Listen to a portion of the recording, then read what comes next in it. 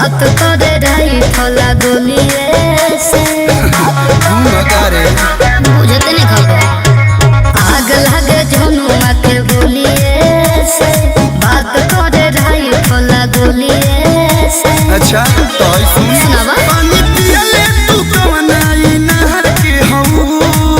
अच्छा अरे यूपी के हऊ कि बिहार के हऊ महल बोला कौना रंगदार के हऊ खुल के बतावो हमार के हऊ महल बोला कौना रंगदार के हऊ।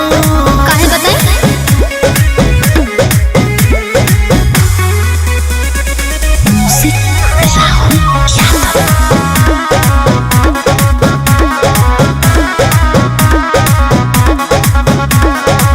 घूमता रहू तू तार के दुपहटा कबो न कहबो त चल जाई काटा संभर के चला जाते रहता रही रोगिरी में हाथ धो दे बजान से फिरी में। आसान बनी सवखीन बोला कौना हथियार के हऊ छोटका की बड़का यूपी के हऊ कि बिहार के हऊ माल बोला कौना रंगदार के हऊ अच्छा खुल के बतावो हमार के हऊ माल बोला कौना रंगदार के हऊ बताओ ना।